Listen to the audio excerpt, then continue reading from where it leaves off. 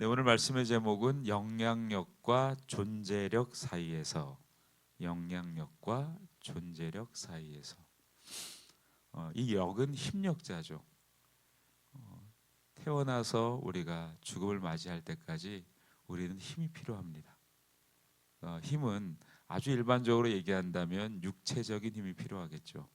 그래서 아이가 태어나서 발육을 잘 하면 어느 성장기에 이르러서는 그 힘이 가장 세고 강해집니다. 그런데 이제 나이가 들면 육체는 한계가 오죠. 근육이 약해지고 또 신경은 또 약해지죠. 제가 예전에 아주 열정적인 목사님 한 분을 알았어요. 그 목사님은 얼마나 열정적이냐면 그분을 만나면 주변에 있는 많은 사람들이 영향을 받고, 또 그분은 독특하게 그 어디죠? 그 명동 쪽에 교회가 있었던 기억이 나는데, 어, 당신의 교회를 오픈을 했어요. 그래서 그 교회에 제 기억으로는 네 군데의 교회에서 같이 예배를 시간 다르게 드렸어요. 그게 꽤 오래전 얘기입니다. 그러니까 이제 당신 예배가 11시면 어떤 교회는 9시에, 어떤 교회는 3시에, 어떤 교회는 5시에. 한 10여 년 된 일이죠. 그 당시 굉장히 좀 파격적인, 그분이 이제 그 우리나라 은행을 이제 설립하는 일에도 크게 기여를 했던 분이고, 그분을 뵐 때마다 야, 정말 에너지가 어마어마하시다. 그리고 이제 나이가 좀 있으셔서 이제 목회를 하시게 된 거죠. 그 전에는 이제 금융업에 나름대로 꽤나 영향력을 미쳤던 분이셨는데, 어, 그분과 마지막 이제 만남을 했던 그 때에 같이 이렇게 식사를 하는데 저한테 그런 고백을 하시더라고요. 아, 목사님, 제가 사실 공황장애가 왔어요. 그러는 거예요. 오, 이거 목사님이요? 그 열정적이고 그 에너자이틱한 목사님이 공황장애가 오셨다는 거예요. 아, 그리고 요즘에 우울증으로 좀 힘들어요. 그러시더라고요. 그러더니 병원에 갔더니 그런 말씀을 의사분이 하시더래요. 눈에 보이지 않는 신경도 많이 쓰시면 그것도 물리적인 거라 너덜너덜해집니다. 그 말은 뭐냐면 우리가 보이는 이 육체만 존재하는 게 아니라 육체를 구성하는 근육과 뭐 뼈와 신경은 눈에 보일까요? 안 보일까요? 안 보이죠. 그중에 신경은 더더욱 우리가 잘 보이지 않는 영역인데 그것도 물리성이 있습니다. 많이 쓰고, 다른 말로 생각 많이 하고 고민 많이 하고 에너지 많이 쓰면 그것도 이렇게 표현을 하시더라고요. 너덜너덜해집니다. 그래서 이제 환자분의 그 신경이 지금 너덜너덜해진 상태예요라고 이야기를 하시더라고요. 제가 그때 들었던 생각은, 아, 그분이 평생에 걸쳐서 이제 영향력을 미치셨잖아요. 영향력. 그 영향력이 무엇과 연관돼 있냐면 우리가 가지고 있는 모든 신체적, 정신적, 그다음 여러 상황적인 것과 맞닿아 있어요. 그런데 세월이 지나가면 그 영향력은 당연히 감소하죠. 그래서 이제 어제 한 청년을 만났었는데 우리의 삶 가운데 그 마지막에 해당하는 것을 굳이 표현하자면 이제 엔딩이라고 하잖아요. 엔딩. 뭐 영화도 엔딩 크레딧하고 하잖아요. 그리고 시작점에 있는 것을 이제 비기닝이라고 얘기를 할 수 있겠죠. 요즘 현대 사회가 특히 한국뿐 아니라 전 세계적인 추세가 이제 초고령 사회가 되어 갔으니 흔히 말하는 이제 산업 구조도 재편이 된 거예요. 엔딩 비즈니스라고 해서 이제 그 마지막을 맞이하는 분들을 위한 이제 어떻게 보면 경제적인 효과성과 효능성에 사람들이 집중하고 있는 거예요. 그런데 그건 저를 그렇게 얘기하면 제가 다르게 표현했어요. 나는 그걸 비즈니스로 보고 싶지 않고 미니스트리로 보고 싶다. 사역이다. 마지막을 어떻게 존엄하게 맞이할 것인가는 모든 인간이 갖고 있는 어떻게 보면 궁극적인 소망일 수도 있다. 여기에 큰 하나님의 계획이 있다고 보고 여기에 우리가 볼 때에는 전도의 큰 문이 있다라고 나는 보인다. 그리고 더불어 우리 교회에서 지금 태영아부가 아주 소중하게 자리매김을 하고 있지 않습니까? 비기닝, 어떻게 보면 미니스트리죠. 근데 그 시작이 왜 중요한지를 같이 좀 얘기를 했어요. 아이가 있다는 건 엄마 아빠가 3, 40대란 얘기다. 그 말은 아마 우리 향후에 가장 영향력 있게 움직일 수 있는 세대가 있다면 3, 40대가 아니겠는가. 그런 의미에서 볼 때 청년이잖아요. 저랑 얘기하는 우리 청년들은 일할 때 아니냐. 그래서 그걸 굳이 나는 정의하자면 워킹 미니스트리라고 얘기하고 싶다. 모든 것이 하나님께서 우리에게 주신 것이기 때문에 그것을 우리는 비즈니스라 표현하지 않고 사역이라고 얘기를 한다. 누군가 평신도가 현장에서 뭐 자영업을 하시든 중소기업을 하시든 중견기업을 하시든 대기업을 하시든 그것은 일반론으로 볼 때는 비즈니스지만 우리가 기독교적 가치관으로 본다면 그것은 미니스트리, 사역이다. 굳이 정의하자면 사역적 기업이 아닌가 그런 얘기를 했습니다. 왜냐하면 우리는 영향력을 가지고 있고 그 영향력을 발산하고 싶죠. 그런데 그 이전에 우리가 늘 무릎 꿇고 서 있는 곳은 코람데오 하는 곳은 어디입니까? 하나님의 존재 앞에 우린 서 있는 거죠.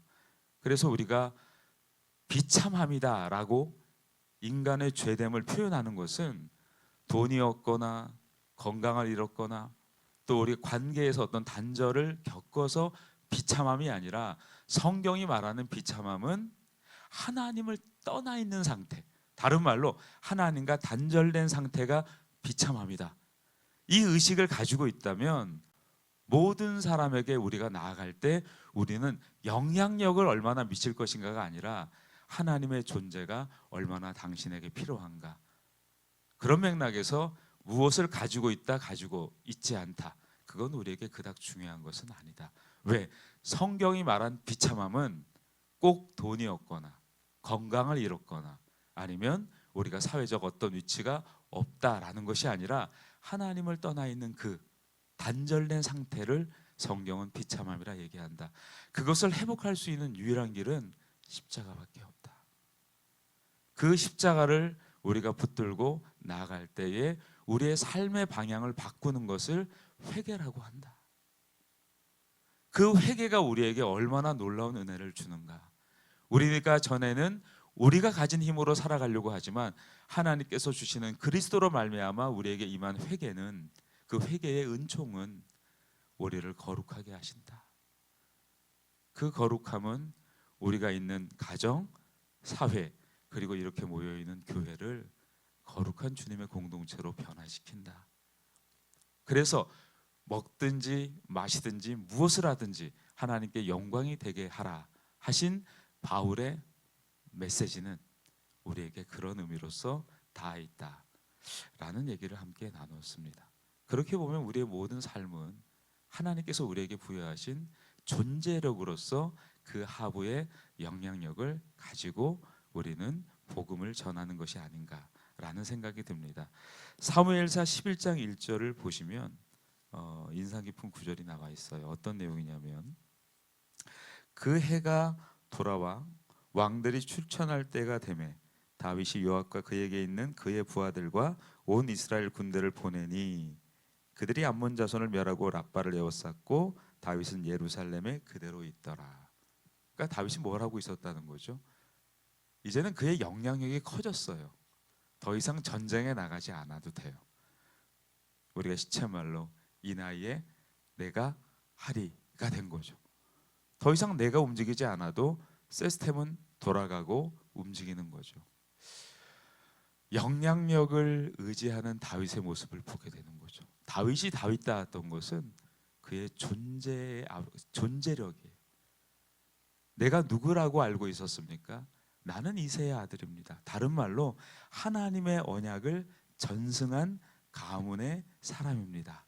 나는 하나님 앞에 서 있는 사람입니다. 나는 코람데오합니다. 라는 다윗의 그 힘의 원천이 어디에 있었냐는 거죠. 하나님 앞에 있었다는 거예요. 그런데 이제 다윗은 이스라엘 전체 왕이 되었죠. 나뉘었던 이스라엘이 하나로 연합했다는 거죠.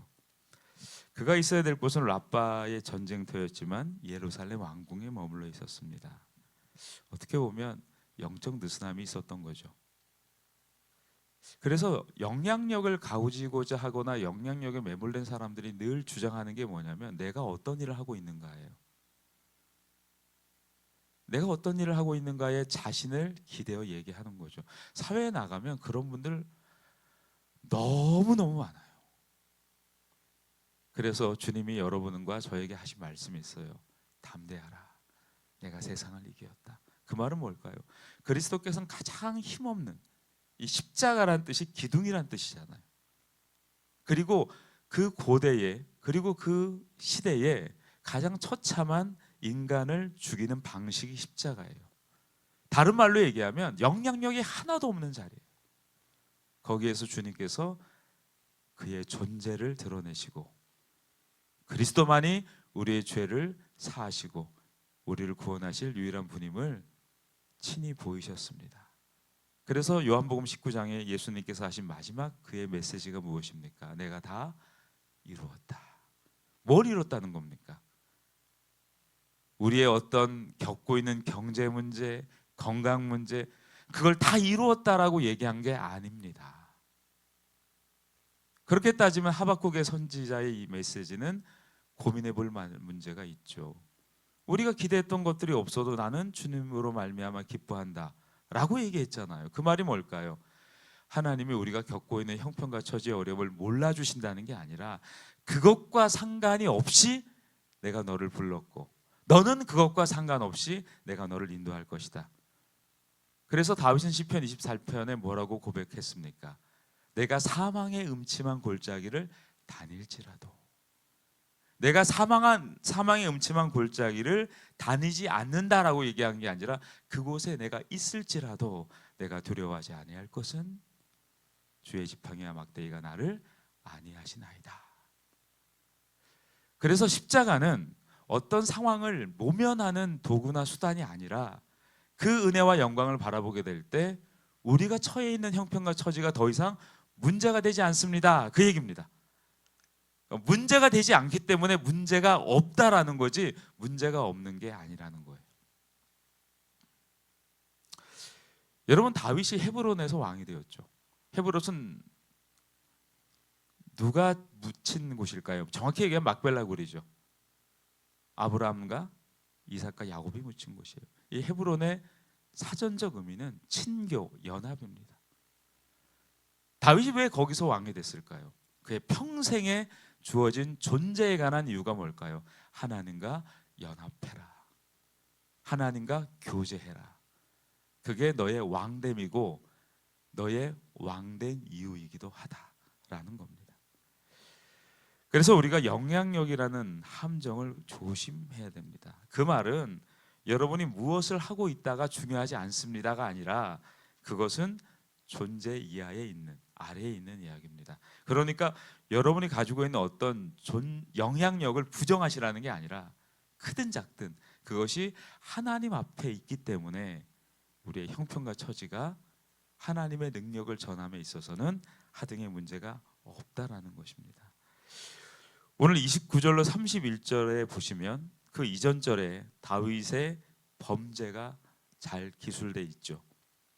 그래서 그 범죄로 말미암아 하나님은 나단을 통해서 다윗을 책망하고 그는 밧세바를 통해 얻은 아이의 죽음을 맞이하게 됩니다. 그리고 하나님이 11장 1절에 있어야 될 그곳 라빠에 다시 다윗을 세우십니다. 그곳에서 다윗은 전쟁을 하고 있습니다.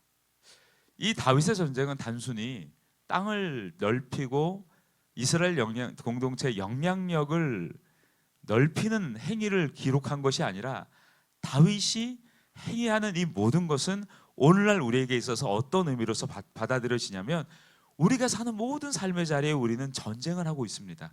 다른 말로 영적 전쟁을 하고 있는 거죠. 그래서 우리가 놓치지 말아야 될 것은 하나님과의 친밀함이 결여된 영향력은 곧 범죄의 통로가 된다. 그래서 다윗이 무너지고 쓰러진 자리에서 하나님은 다시 그를 일으키십니다. 이게 바로 하나님의 은혜의 역설이에요. 여러분이 혹시, 저도 마찬가지입니다, 무너진 곳이 있습니까? 하나님은 그곳에서 다시 여러분들을 세우시는 겁니다.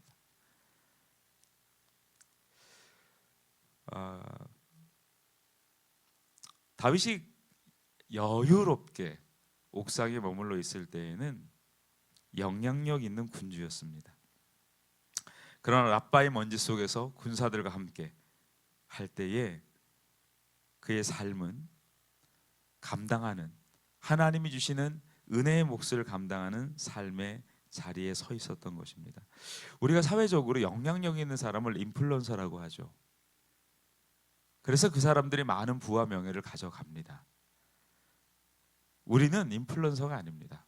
우리는 하나님 앞에 서 있는, 십자가 앞에 서 있는 하나님의 자녀입니다.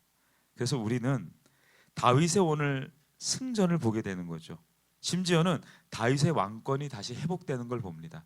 그 전에 다윗은 나단에게 책망을 받았고, 사실 우리아를 죽이기 위한 그의 계략과 그의 술책은 그의 왕권의 약화를 가져왔습니다. 존경하겠습니까? 그를 따랐던 많은 다윗의 수하들이 다윗의 그 행위를 보고 다윗을 정말 마음으로 따랐을까요?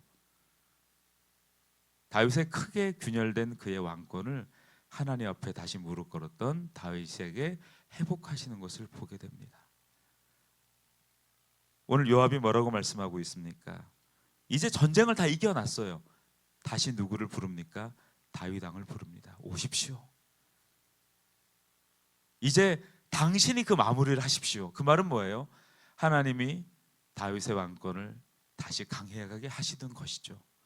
저와 여러분의 영향력은 하나님 앞에 섰을 때 하나님이 다시 그것을 복구해 주시는 거예요.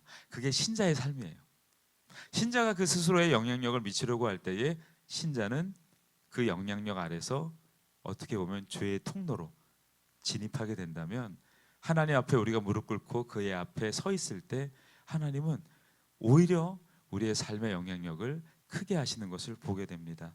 그리고 오늘 전쟁이 이겨서 오늘 30절에 보면 어떤 내용이 있습니까? 금 한 달란트에 해당하는 왕관을 머리에 쓴다라고 얘기합니다. 여러분, 한 달란트는요 무게가 34kg이에요. 자, 그걸 머리에 썼다는 얘기는 두 가지 의미가 있겠죠. 실제 썼을 수도 있어요. 그런데 저는 그렇게 생각을 합니다. 저 개인적인 좀 추론을 말씀드리면, 하나님께서 다윗에게 다시 그의 왕권을 감당할 만한 은혜를 주신 게 아닌가. 뭔 의미가 있겠습니까? 하나님 앞에 왕관이. 그러나 하나님은 다윗을 다시 부르시고 그에게 하나님께서 다시 세우신 은혜의 자리에 합당한 인생으로 회복시키셨다는 것을 보게 됩니다. 그래서 우리는 영향력과 존재력 사이에서 왔다 갔다 하는 거죠. 영향력이 없을 때 힘이 빠졌다가 십자가 앞에 나아가면 다시 힘을 얻고 다시 나아가는 거죠. 오늘 고린도전서 15장 10절에 바울은 이렇게 고백했습니다. 나의 나된 것은 하나님의 은혜로 된 것이니 내게 주신 그의 은혜가 헛되지 아니하여 내가 모든 사도보다 더 많이 수고하였으나. 우린 그럴 때 있잖아요. 나 정말 힘들었어, 나 애썼어. 하나님 위로하실 겁니다. 그걸 다르게 표현하면 영향력이겠죠. 그러나 바울은 이렇게 고백합니다. 이어서 내가 한 것이 아니요 오직 나와 함께 하신 하나님의 은혜로라. 그게 바로 존재력입니다. 이 아침에 다윗이 범죄하였으나 다시 회복된 것처럼 저와 여러분도 그렇게 고백하길 원합니다. 오직 나와 함께 하신 하나님의 은혜로라. 하나님께서 우리에게 주시는 그 존재의 은혜로서 우리가 정말 우리가 쌓아 올렸다고 여겨지는 주님 앞에 별 볼 일 없는 영향력 뒤에 숨어 있어 사는 것이 아니라 하나님 앞에 나와 그의 이름의 능력으로 살아가는 복된 주님의 자녀들 되시기를 축원합니다.